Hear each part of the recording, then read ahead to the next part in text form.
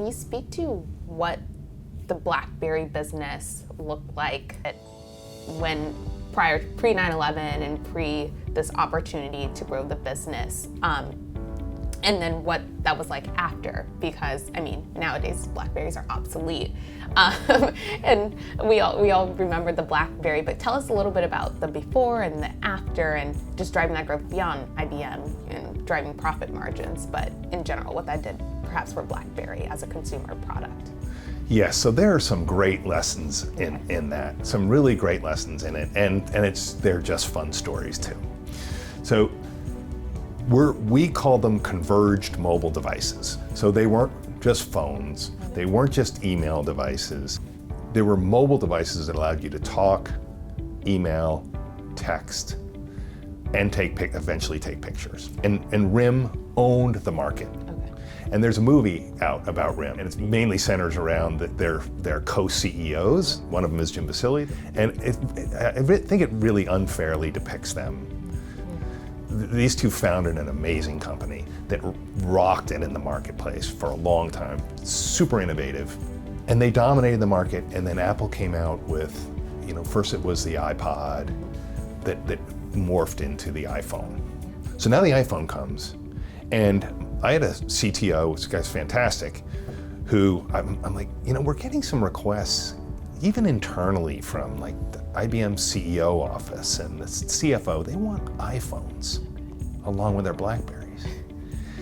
And he's like, well, I guess if they want them, we should give them to them. But they're not secure, and the keyboard is, you can't precisely hit the keys like you can. You don't get the feedback that you get on the BlackBerry device, and so on.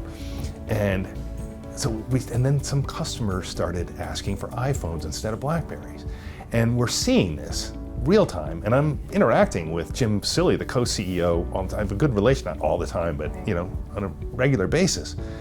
And we're talking about this, and Jim and the co-CEO and their direct reports that we're working more closely with, they're all like, the iPhone is not secure. It'll never be an enterprise device. Consumers might like it, but it'll never be an enterprise device. And the keyboard and the this and that, and my CTO, same thing. This. And sure enough, more and more people asking for the iPhone. Overconfidence of people at RIM in their dominance, their failure to see what was coming at them until it was too late. And even my CTO just kept insisting, it's not secure. It didn't matter. People love the device, and Apple's gonna figure all that other stuff out anyway, right? Eventually.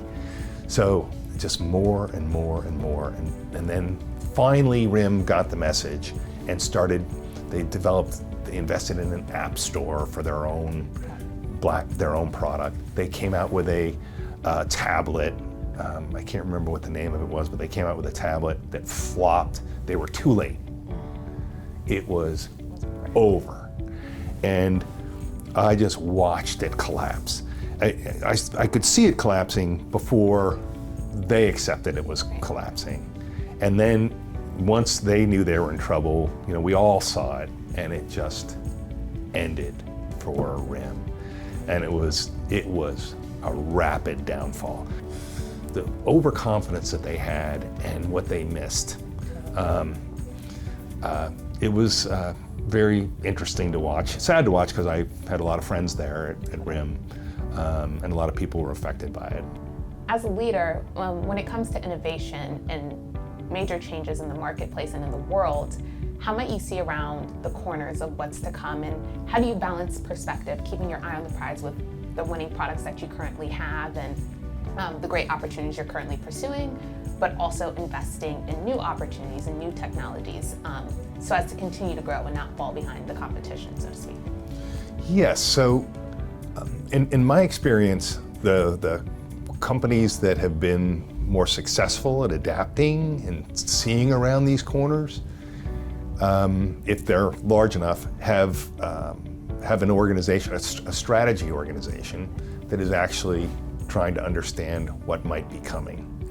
I think if you can afford to have a person or a people or a whole organization dedicated to future strategy, and somehow that is connected with the senior leadership team and your research and development organization, if you have one of those, can help protect you from these things.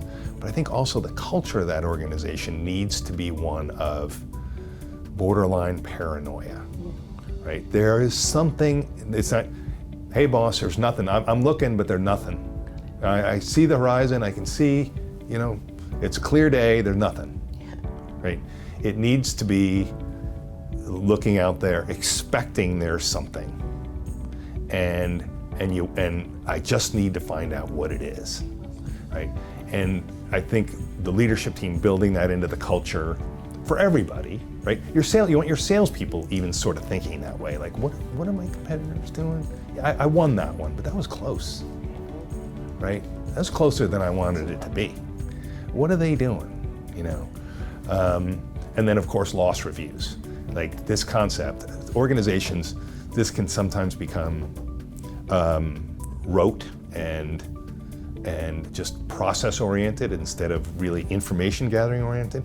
If you lose a business opportunity, understanding who you lost it to and why in detail is really important, because you'll start to see, and you aggregate that information from other sales situations, and you start to see the patterns. Who's beating us? Oh, Sun Microsystems, who was really snuck up on IBM. They've won 5 out of the last 100. Wait a minute, now they've won 10 out of the last 100. And yeah, so it's cultural, it could be structural, and but every organization needs to be focused on it.